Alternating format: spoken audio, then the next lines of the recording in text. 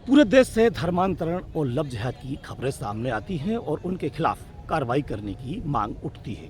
उन मांगों को लेकर देश भर के अलग अलग राज्यों में जिहादी तत्वों के ऊपर कार्रवाइयां भी की जाती हैं। कई जगह बुलडोजर एक्शन भी होता है। मध्य प्रदेश में भी लव जिहाद के खिलाफ कार्रवाइयां हुई हैं और अनेक मामलों में डॉक्टर मोहन यादव सरकार ने बुलडोजर एक्शन भी लिया है। लेकिन मध्य प्रदेश की राजधानी भोपाल से 70 किलोमीटर की दूरी पर बसे सीहोर जिले के इछावर तहसील में हिंदुओं ने धर्मांतरण और लव जिहाद के एक मामले के खिलाफ एक जमकर प्रदर्शन किया है। इस जंगी प्रदर्शन में लगभग 10,000 हिंदू शामिल हुए और उन हिंदुओं ने दो बड़ी मांगें की, जिसमें एक पहली मांग बिल्कुल कॉमन थी जो दूसरे मामलों में भी की जाती है।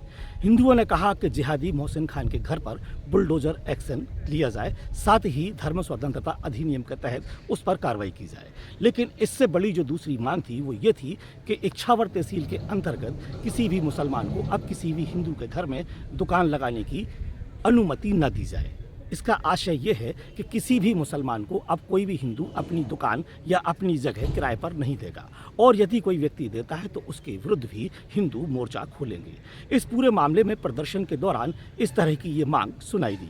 जय श्री राम के नारे और लव जिहाद बंद करो के नारों से पूरा वातावरण गुंजायमान था। इस दौरान प्रशासन ने कहा है कि जिहादी तत्व मोहसिन खान के मकान की तहकीकात की जा रही है कि वो अवैध जगह में बना हुआ है या वैध जगह में।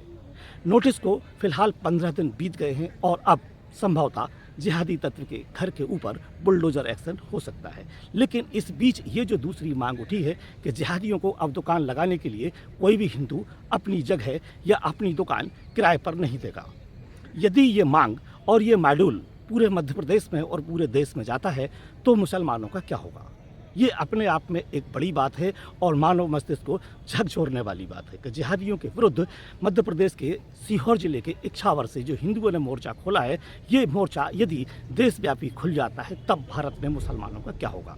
क्या जिहादी तत्व लव जिहाद जैसी घटनाओं को अब करना बंद करेंगे या उनके विरुद्ध इस तरह की प्रदर्शन और इस तरह की मांगें उठती रहेंगी और सरकार केवल आनन फानन में बुलडोजर एक्शन करती रहेगी? सवाल ये उठता है।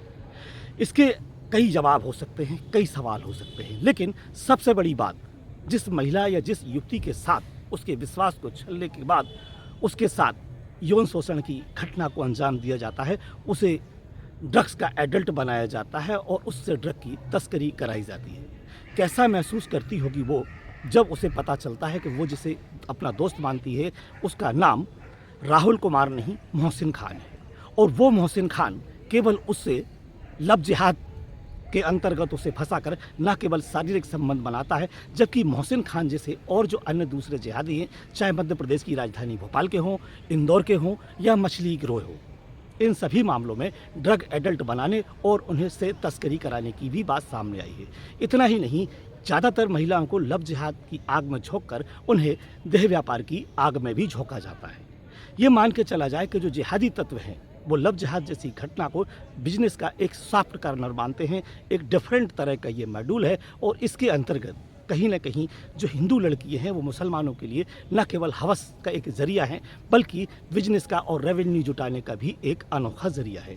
कहीं ना कहीं ये बात अब मध्य प्रदेश के सीहोर जिले की इछावर तहसील के हिंदुओं को समझ में आई है और शायद इसी बात को लेकर अब मुसलमानों का बाज़ारों से एक सामूहिक बहिष्कार करने की मांग उठी है।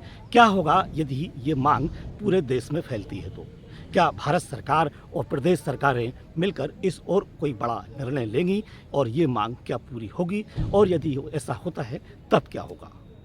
देखते रहिए सुदर्शन न्यूज। मैं हूँ रामस्वरूप शर्मा और आप जुड़े हैं हमारे डिजिटल प्लेटफॉर्म सुदर्शन मध्य प्रदेश पर। नमस्कार।